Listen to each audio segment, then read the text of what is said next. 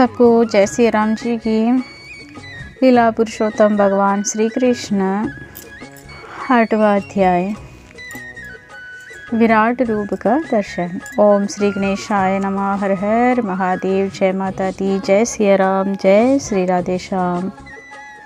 इस घटना के बाद वसुदेव ने अपने कुल पुरोहित गर्ग मुनि से कहा कि वे नंद महाराज के यहाँ जाकर ज्योतिष के अनुसार कृष्ण के भविष्य की गणना करें। गर्ग मुनि महान ऋषि थे जिन्होंने अनेक तपस्याएं की थी और जो यदुवंश के पुरोहित नियुक्त हुए थे। जब गर्ग मुनि नंद महाराज के यहाँ पहुँचे तो वे उन्हें देखकर परम प्रसन्न हुए और तुरंत ही हाथ जोड़कर खड़े हो गए तथा उन्होंने उनका सादर अभिवादन किया। उन्होंने गर्ग मुनि का इस भाव से स्वागत किया मानो कोई ईश्वर या श्री भगवान की पूजा कर रहे हो। उन्होंने उन्हें उत्तम आसन दिया और जब वे बैठ गए तो उसका हार्दिक स्वागत किया। उन्हें अत्यंत विनम्र भाव से संबोधित करते हुए नंद महाराज ने कहा, हे ब्राह्मण, इस गृहस्थ के घर आपका आगमन केवल प्रकाश प्रदान करने के लिए हुआ है। हम सदैव गृहस्थी के कार्यों में लगे रहते हैं जिससे आत्म साक्षात्कार के वास्तविक कार्य के लिए हमें अवसर ही नहीं मिल पाते। हमारे घर में आपका पदार्पण हमें आध्यात्मिक जीवन के विषय में किंचित ज्ञान प्रदान करने के लिए निमित्त हुआ है। आपका गृहस्थों के घर पधारने का इसके अतिरिक्त कोई अन्य प्रयोजन नहीं हो सकता। वास्तव में किसी साधु पुरुष या ब्राह्मण का ऐसा गृहस्थ के घर में जाने का कोई प्रयोजन नहीं है जो निरंतर आर्थिक क्रियाकलापों अर्थात धन में व्यस्त रहते हैं। साधु पुरुषों तथा ब्राह्मणों का गृहस्थ के घर जाने का कारण केवल उसे प्रकाश प्रदान करना होता है। यदि कोई पूछे कि गृहस्थ जन ज्ञान प्राप्ति के लिए किसी साधु पुरुष या ब्राह्मण के पास क्यों नहीं जाते, तो इसका उत्तर यही होगा कि गृहस्थ जन अत्यंत संकुचित हृदय वाले होते हैं। सामान्यतया गृहस्थ जन सोचते हैं कि उनका प्रधान कार्य पारिवारिक मामलों में व्यस्त रहना है और आत्म साक्षात्कार या आत्मिक ज्ञान का प्रकाश गुण है। केवल दयावश ही साधु पुरुष तथा ब्राह्मण इन गृहस्थों के घर जाते हैं। नंद महाराज ने गर्ग मुनि को ज्योतिषी विज्ञान का सबसे बड़ा पंडित कहकर संबोधित किया। सूर्य या चंद्र ग्रहण जैसी घटनाओं के विषय में फलित ज्योतिष की भविष्यवाणियाँ आश्चर्यजनक गणनाएं हैं और इसी विज्ञान विशेष के द्वारा मनुष्य भविष्य को स्पष्ट रूप में समझ सकते हैं। गर्ग मुनि इस ज्ञान में पटु थे। इस ज्ञान के द्वारा ये जाना जा सकता है कि मनुष्य के विषम कर्म क्या थे जिसके परिणाम स्वरूप मनुष्य इस जीवन में सुख या दुख भोग सकते हैं। नंद महाराज ने गर्ग मुनि को सर्वश्रेष्ठ ब्राह्मण भी कहा। ब्राह्मण वह है जो परमेश्वर के ज्ञान में दक्ष हो। परमेश्वर के ज्ञान के बिना मनुष्य ब्राह्मण नहीं माना जा सकता है। इस प्रसंग में प्रयुक्त सही शब्द ब्रह्म विधान है जिसका अर्थ है वे पुरुष जो परमेश्वर को बलिपांति जानते हैं।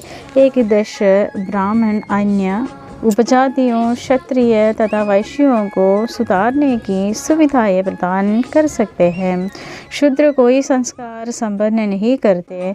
ब्राह्मण को क्षत्रिय तथा वैश्य का गुरु या पुरोहित माना जाते हैं। नंद महाराज जाति के वैश्य थे और वे गर्ग मुनि को सर्वोच्चम ब्राह्मण मानते थे। अतः उन्होंने अपने दोनों धर्मपुत्रों कृष्ण तथा बलराम को संस्कार कराने के लिए उन्हें समर्पित किया।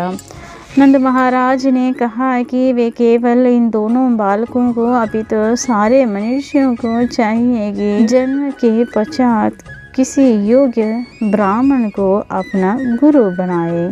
इस प्रार्थना पर गर्ग मुनि ने उत्तर दिया, वसुदेव ने मुझे इन बालकों का विशेष रूप से कृष्ण का संस्कार कराने के लिए भेजा है। मैं उनका कुल पुरोहित हूँ और अगर मैं इनको संस्कार कराऊं तो संयोगवश ये लगेगा कि कृष्ण देवकी के पुत्र हैं।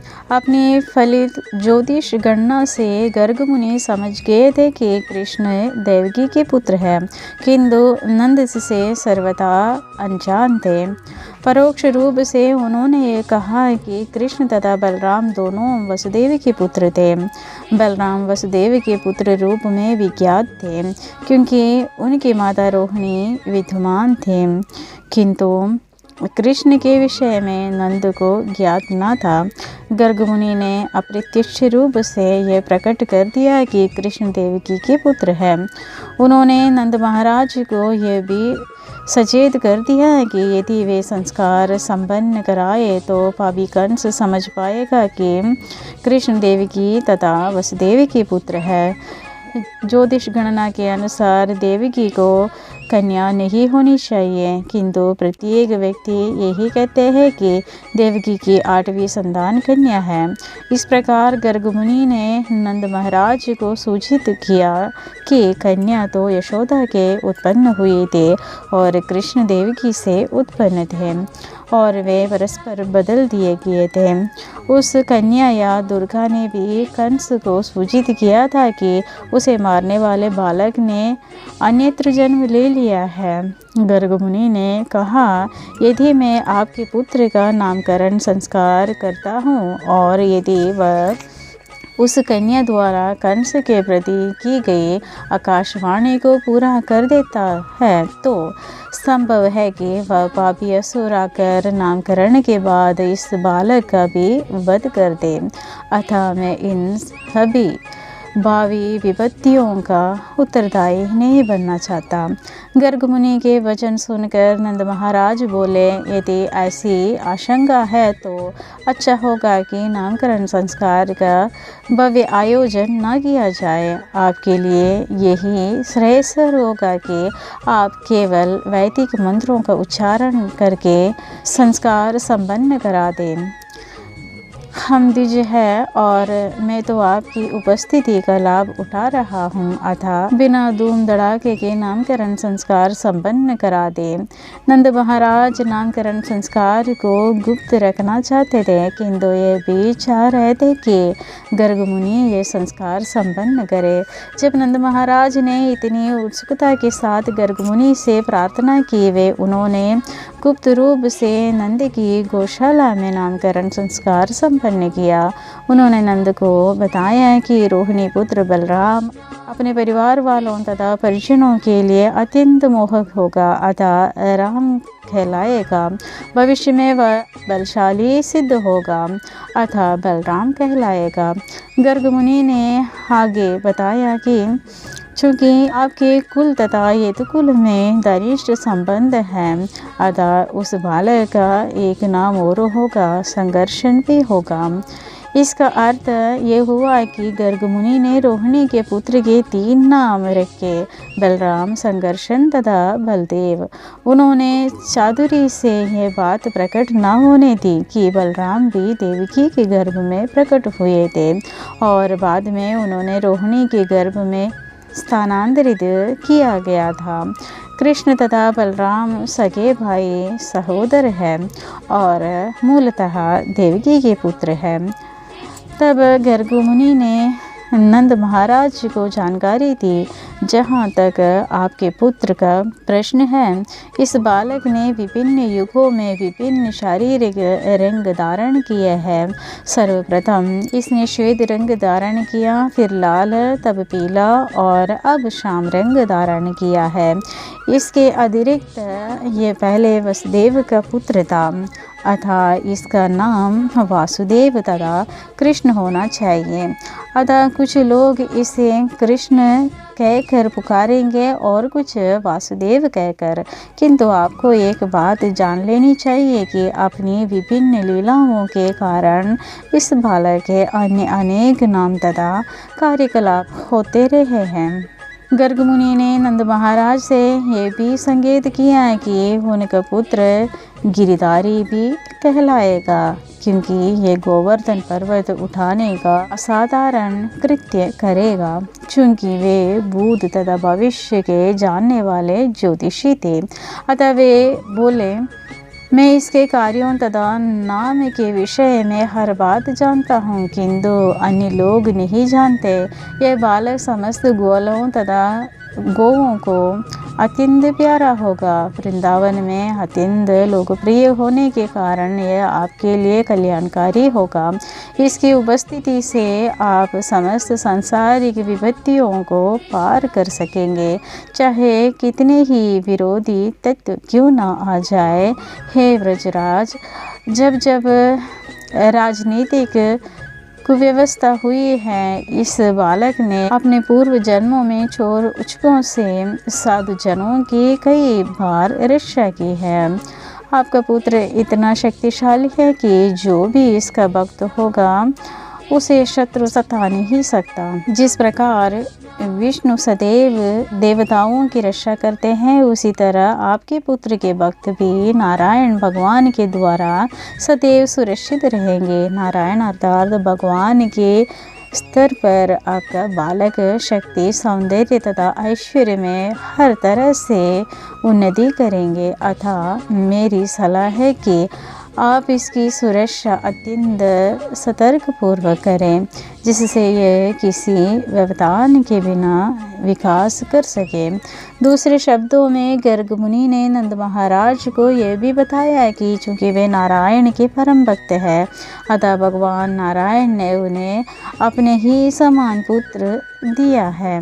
साथ ही गर्ग मुनि ने यह भी संकेत किया, आपके पुत्र को अनेक असुर सताएंगे, अतः सावधान रहें और उनकी रक्षा करें।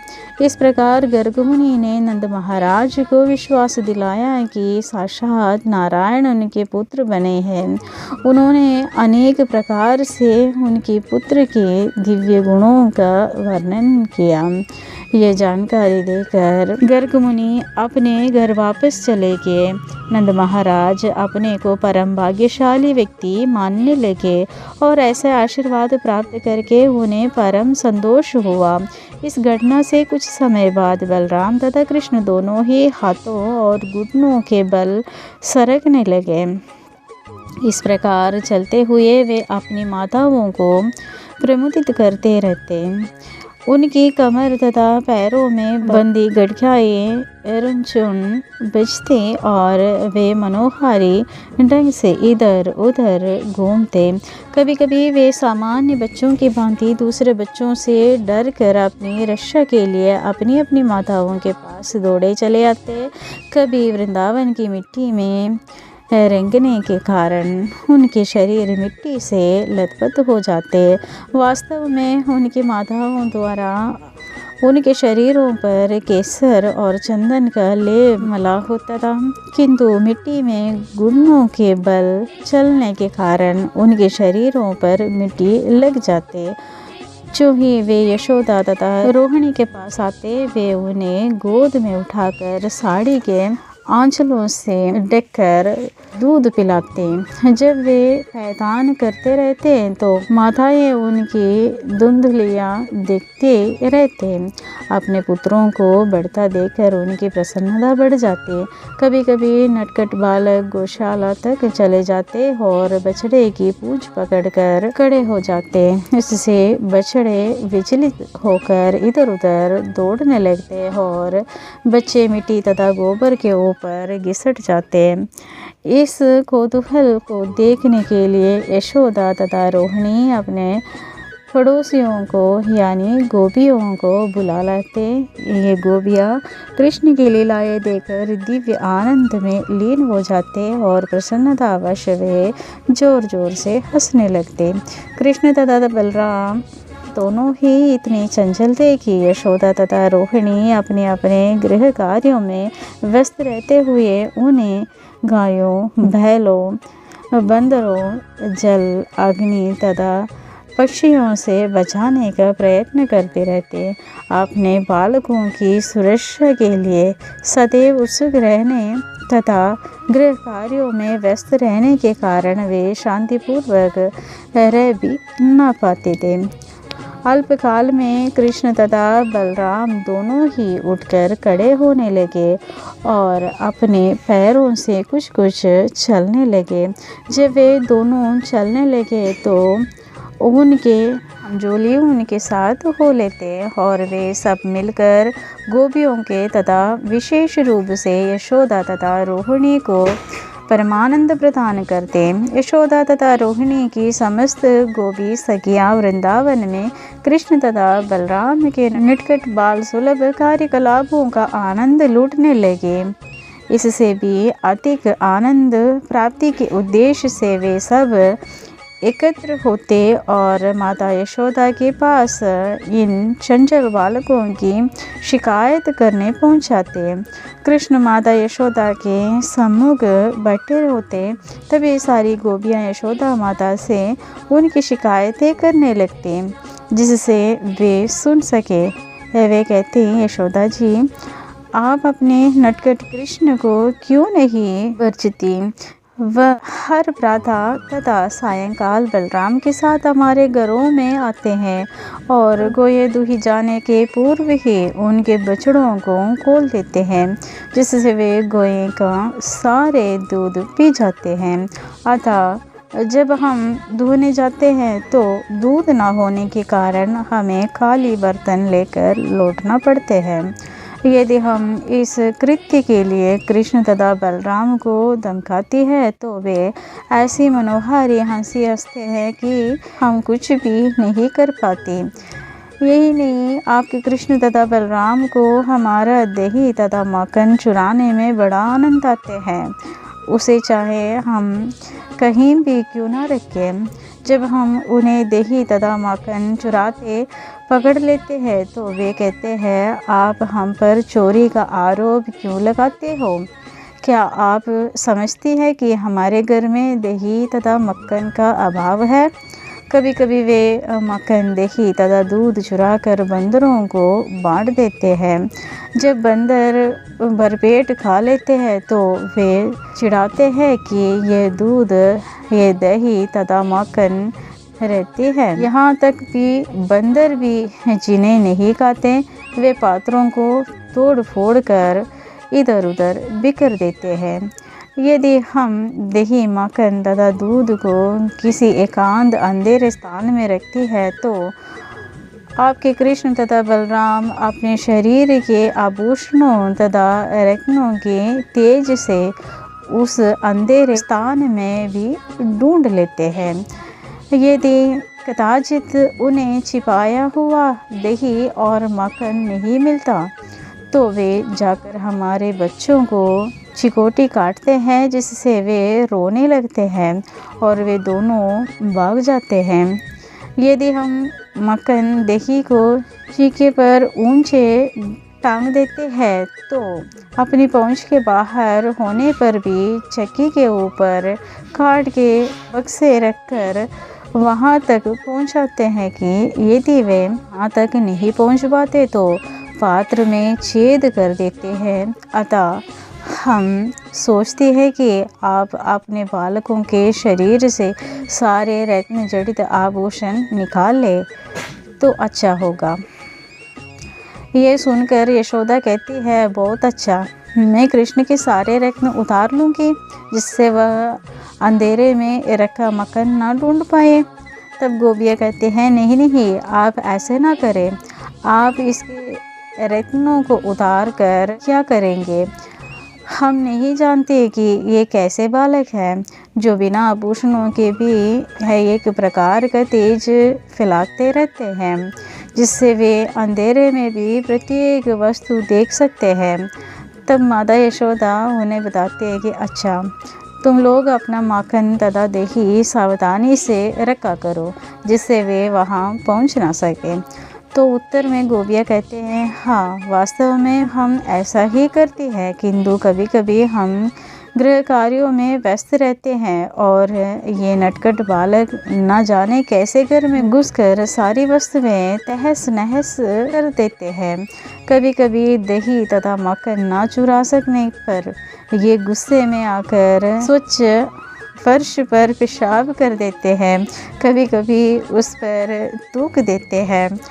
आप अपने बच्चे को देखो ना, वे किस प्रकार इस शिकायत को सुनते रहते हैं।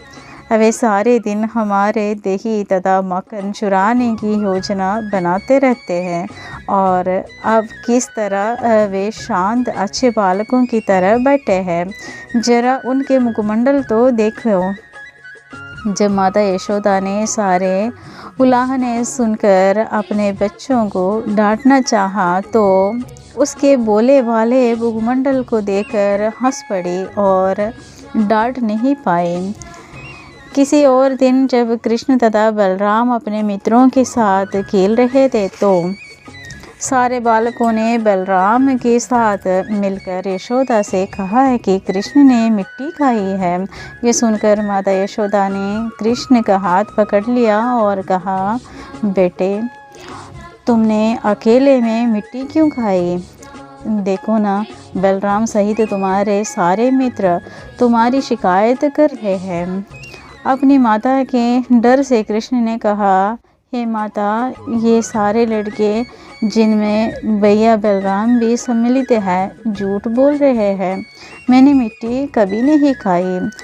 आज भैया बलराम मेरे साथ खेलते खेलते मुझसे रुष्ट हो गए, अतः वे मेरी शिकायत करने के उद्देश्य से अन्य बालकों से मिल गए हैं। वे सभी एकजुट होकर शिकायत करने आए हैं जिससे आप क्रुद्ध हो और मुझे प्रताड़ित करें। यदि आप सोचती हैं कि वे सच बोल रहे हैं तो आप मेरे मुंह के भीतर देख सकती है कि मैंने मिट्टी खाई अथवा नहीं। उनकी माता बोले, अच्छा, यदि तुमने मिट्टी नहीं खाई तो अपना मुंह खोलो, मैं देखूंगी। जब कृष्ण की माता ने इस प्रकार आदेश दिया तो उन्होंने एक सामान्य बालक की भांति तुरंत अपना मुंह खोल दिया। तब माता यशोदा ने मुंह के भीतर सृष्टि का पूर्ण ऐश्वर्य देखा। माता यशोदा ने मुंह के भीतर चारों ओर संपूर्ण बाह्य आकाश, पर्वत, द्वीप, सागर, ग्रह, वायु, अग्नि, चंद्रमा तथा नक्षत्र देखे। चंद्र तथा नक्षत्रों के साथ ही उन्होंने संपूर्ण तत्वों, जल, आकाश, विस्तृत शून्य, अहंकार, चित्त, बुद्धि, सारे देवता तथा इंद्रिया विषयों तथा ध्वनि, गंध आदि एवं प्रकृति के तीनों गुणों को देखा। उन्होंने मुख के भीतर सारे जीवों, नित्य काल, भौतिक प्रकृति, आध्यात्मिक प्रकृति, गति, चेतना तथा समग्र सृष्टि के विभिन्न रूप को देखा। यशोदा ने उनके मुख में दृश्य जगत के लिए अनिवार्य सारी वस्तुएं देखी। उन्होंने उनके मुख के भीतर कृष्ण को गोद लिए तथा अपना पैपान कराते अपने आप को भी देखा। वे यह सब देखकर भयभीत हो गई और आश्चर्य करने लगी कि ये सपना देख रही है या वास्तव में कुछ विचित्र दृश्य देख रही है। उन्होंने निष्कर्ष निकाला कि वे या तो स्वप्न देख रहे थे या भगवान की माया का खेल देख रहे थे। उन्होंने सोचा कि ये विचित्र वस्तुएं देखकर वे मानसिक रूप में विक्षिप्त तो नहीं हो गए।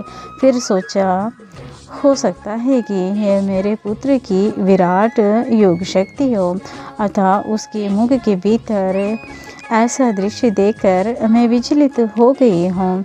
अतः मैं उन श्री भगवान को नमस्कार करती हूँ जो चेतना, मन, कर्म एवं दार्शनिक कल्पना के अभिव्यक्ति से दूर है और जिनकी विविध शक्तियाँ व्यक्त तथा अव्यक्त का सृजन करते हैं। उनकी शक्ति से आत्मा तथा शारीरिक सत्ता का बोध होते हैं।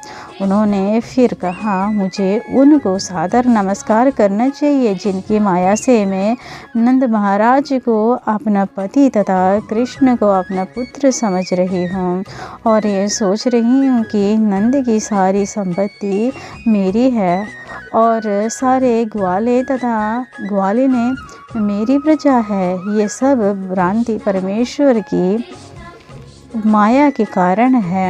अतः मैं उनसे प्रार्थना करती हूँ कि वे सदैव मेरी रक्षा करते रहे।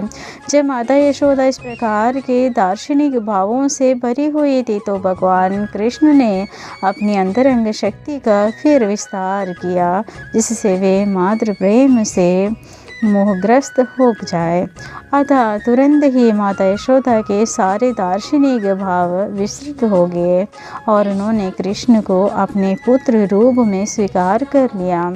उन्हें अपनी गोदी में उठाकर वे भौतिक मातृ प्रेम से अभिभूत हो गई और सोचने लगी। उन्हें उपनिषद और वेदांत सूत्र या योग पद्धति तथा सांख्य दर्शन से ज्ञान द्वारा ही समझा जा सकता है। फिर वे श्री भगवान को अपने द्वारा जन्मे बालक के रूप में सोचने लगी।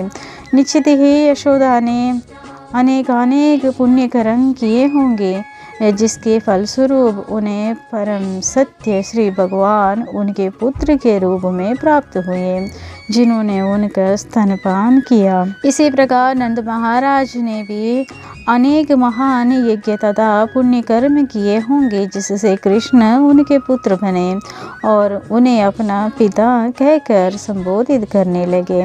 किंतु ये आश्चर्यजनक है कि वसुदेव तथा देवकी कृष्ण की दिव्य बाल लीलाओं से वंचित रहे। यद्यपि कृष्ण उन्हीं के असली पुत्र थे।